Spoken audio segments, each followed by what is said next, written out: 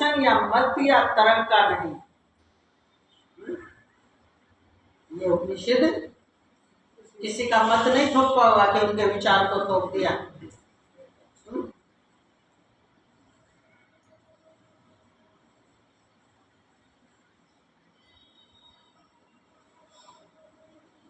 किसी दर्शन किसी शास्त्र से नहीं उठाया गया, मतलब ये घटना घटा हुआ ही अनुभव लिखा हुआ है।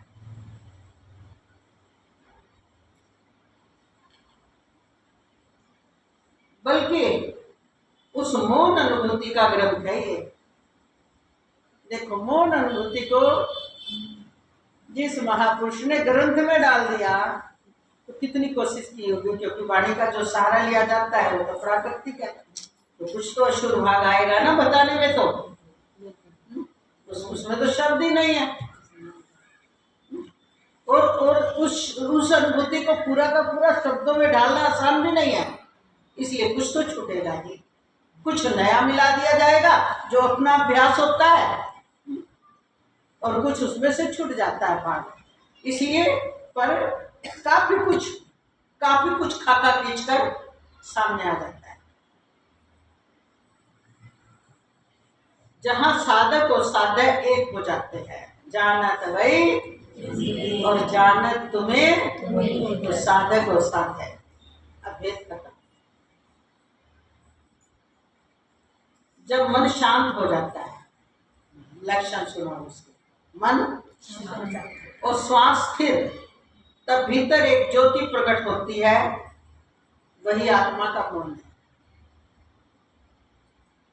इस काल में आत्मा का प्रगट्य होता है, मन शांत, श्वास स्थिर। इसलिए सांस सुषुम्ना से बीच में से चलनी शुरू हो जाती है, दोनों इडला और पिघला मंद पड़ जाती है, इसलिए एक किस्म की नर्वसता सी आ जाती है उस स्थिति में। पर वो आत्म ज्योति प्रकट होती है ना, आत्म अग्नि, उससे वो प्रकाश, उससे वो पूर्ण सदोगुण, आलस नहीं होता, फूल जैसा हल्का, फूल गलत बोल गए, रुई के पहल जैसा हल्का।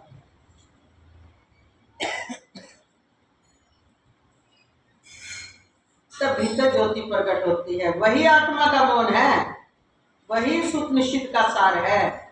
इस उपनिषद का उद्देश्य सीधा और शुद्ध है। आत्मा का अनुभव क्या है? सीधा साधा इसका उद्देश्य क्या है? आत्मा का अनुभव। ये नहीं सिखाता कि आत्मा को कैसे प्राप्त किया जाए, साधना नहीं बताता है, तो सीधा उस स्थिति पर वर्णन करता है। क्योंकि आत्मा कोई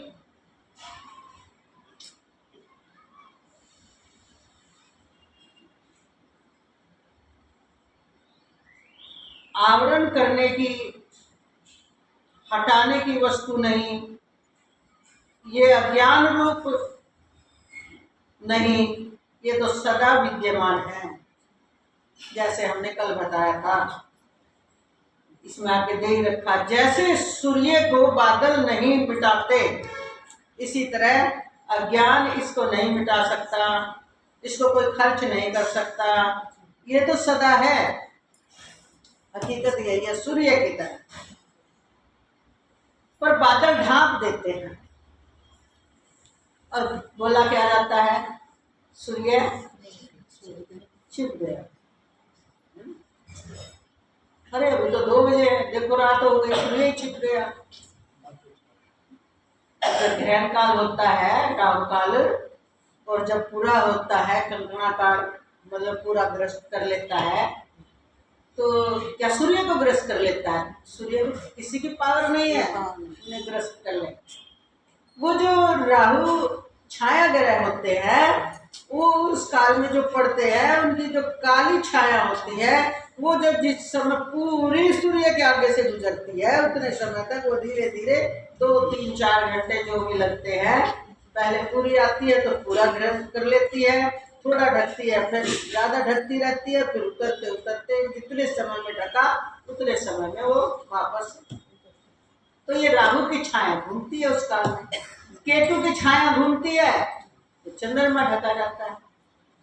नाम क्या रख दिया? ग्रहण।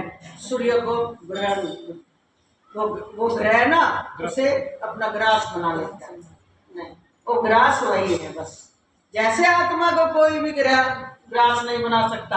आज हम अपनी आत्मा को नहीं जानते तो आत्मा लोप हो गई, लोप तो हो गई पर पूरी नहीं है, आपके लिए हो गई।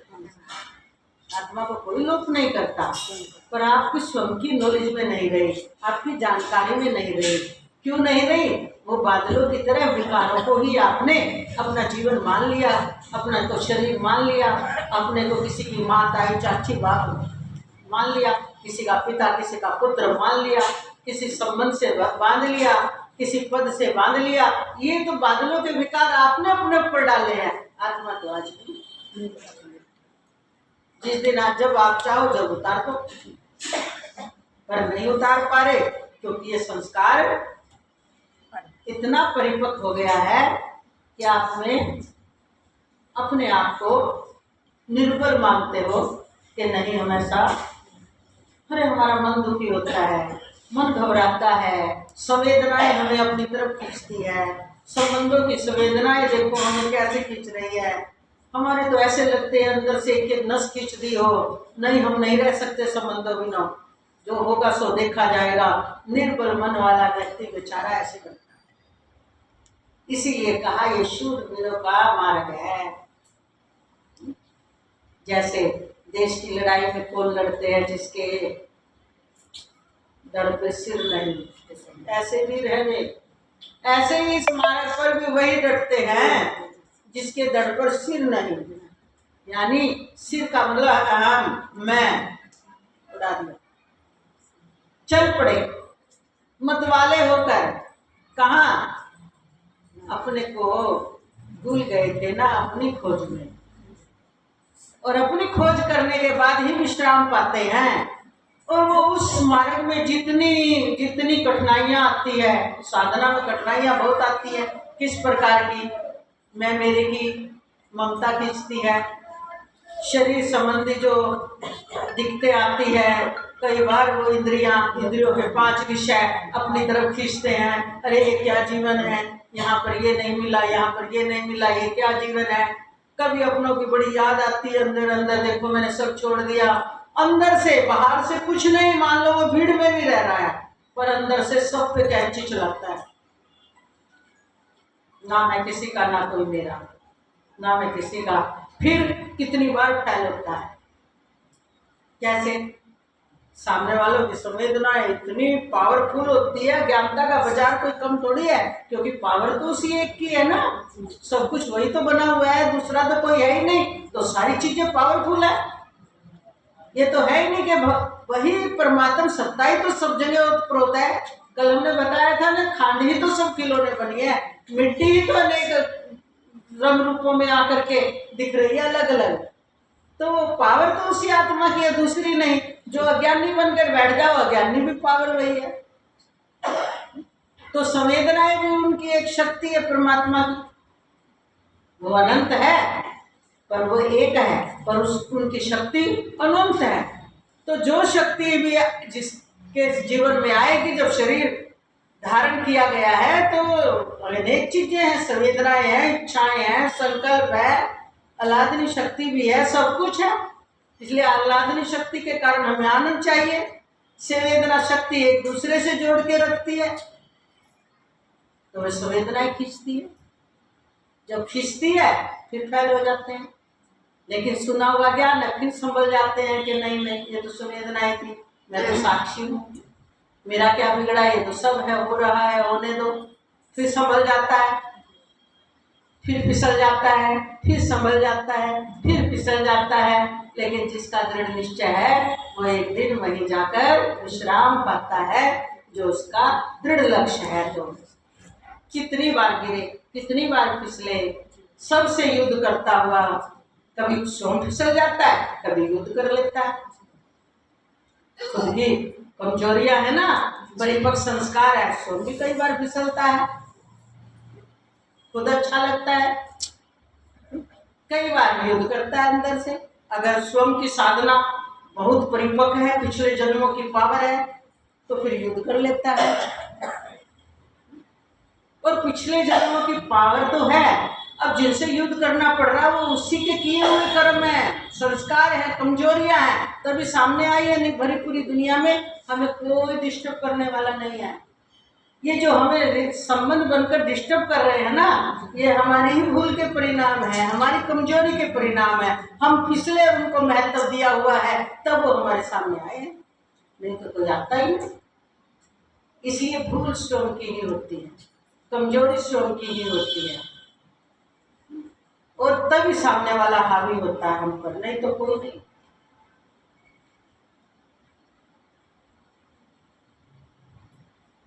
तो जैसे सूर्य को बादल नहीं मिटाते, केवल उसकी किरणों को ढक देते हैं, वैसे ही अज्ञान आत्मा के प्रकाश को ढक देता है। जब ये आवरण हट जाता है तो आत्मा का प्रकाश स्वतः प्रकट हो उठता है। यही आत्मबोध है। आवरण की ध्यान देना, कौन से आवरण है? यहाँ स्वयं की चित्त में पड़ी कमजोरियों के, संस्कारों के। हम देखते दूसरे का दोष, अरे ये नहीं छोड़ते, वो ये हमारे ही संस्कार के रूप में हमारे सामने आए हैं, जिस भी रूप में आए हैं। अब धैर्य धारण करके, संयम धारण करके, विचारों को पूरा मजबूत बनाकर अंदर से दृढ़ रहो। हम रहते ही नहीं, हम तब बह जाते हैं अपने संबंधों के प्रेम में।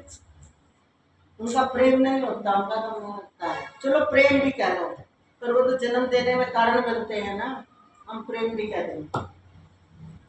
वो तो संसार में ला करके खड़ा करने में कारण बनते हैं, और इसीलिए वो कारण बने। अब मैंने कोई कारण नहीं बनाना, तो फिर बल आ जाएगा,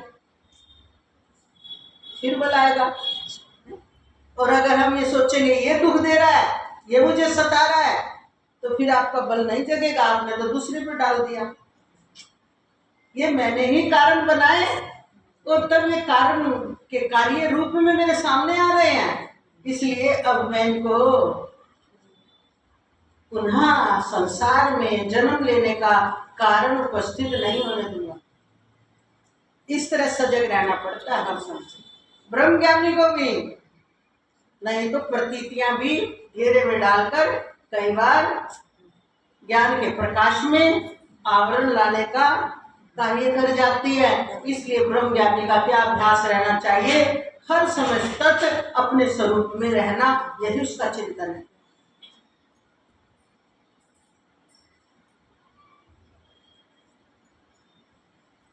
तो आवरण हट जाता है कब?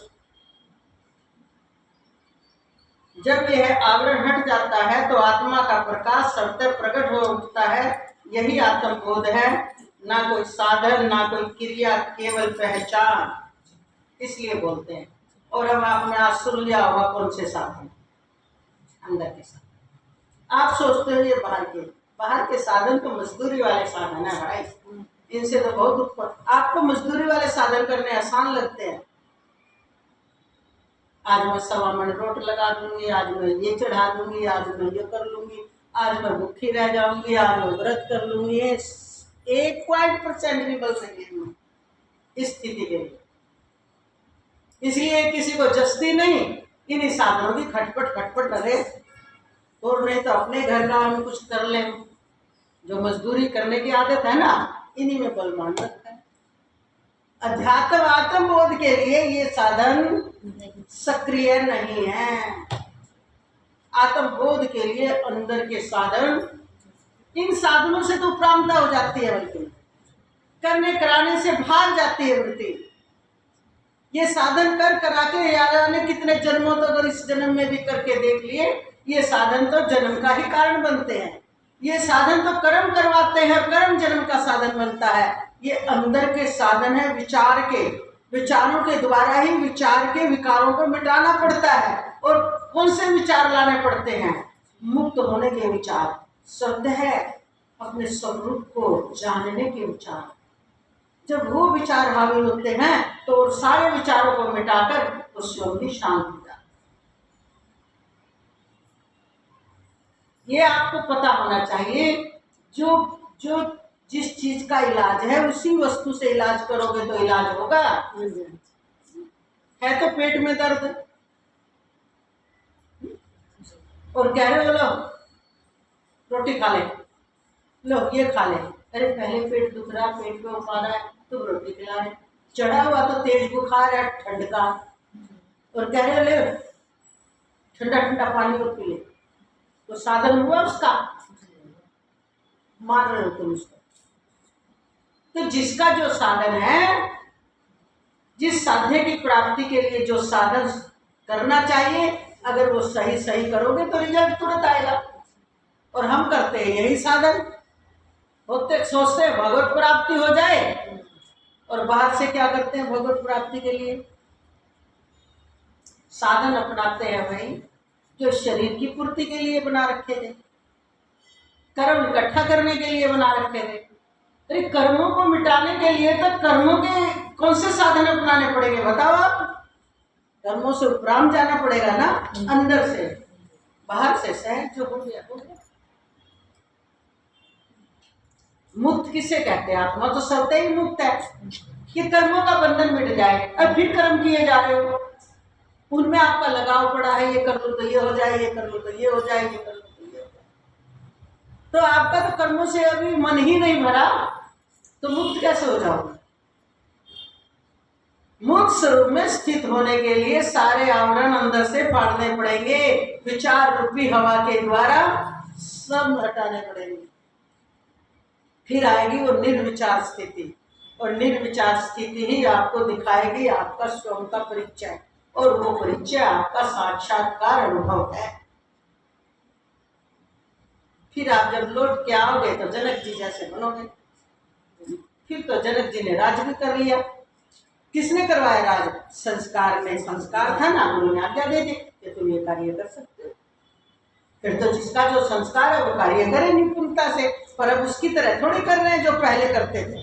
अब कार्य करने का तरीका बदल गया, अब भेदभाव रहित कार्य है, फिर भी सब व्यवस्था कर रहे हैं। अगर फिर भी वही भेद रहा तो फिर बदल के क्या आए हो भाई? ना के क्या आए हो? बदबू अभी भी आ गए तो ना के भी आए, या किसी गंदे नाले में डुबकी मारी आए। सीधी बात है, एक बार तो बदबू मिटनी चाहिए ना। तो फिर भी वैसे ही कर्म, वैसी आसक्ति, हमने तो जिंदगी भर यही करा। अरे जिंदगी भर तो किया, तू तो कह रहा मैं ब्रह्मज्ञानी हो गया, अब जिंदगी भर का क्यों कर रहा भाई तू? तेरी आसक्ति तो जो की तो पड़ी है हर कर्म में। जब आसक्ति नहीं मिटी तो काहे का ब्रह्मज्ञानी को? आसक्ति मिट जाती है सिर्फ लोग वो स्थिति या तो वो स्वयं जानता है या महाज्ञानी पुरुष जानते हैं उसकी, इसकी स्थिति में कितनी कमी है, कितनी कमी है। उसका व्यवहार बदलता है। अष्टावक्र यही परीक्षा ले रहे हैं कि देखते हैं इसके अंदर कहीं कचाई तो नहीं, अंदर में कहीं कचाई तो नहीं, अंदर में। बहुत परीक्षा ली है अष्टावक्र ने। ये तो आत्मबोध का उपनिषद है, इसमें इतना नहीं दिया जाएगा, पर अष्टावक्र महागीता पढ़ो, बहुत परीक्षा ली है, और हर परीक्षा में पास हुआ है राजा जनक। तब उनको कहा जाओ राज करो दोबारा। केवल पहचान आत्मबोध उपनिषद वेदांत अद्वैत दर्शन का सारांश है, जिसे हम आपको कल समझाएंगे। बोल श्री सद्गुरुदेव भगवान की जय।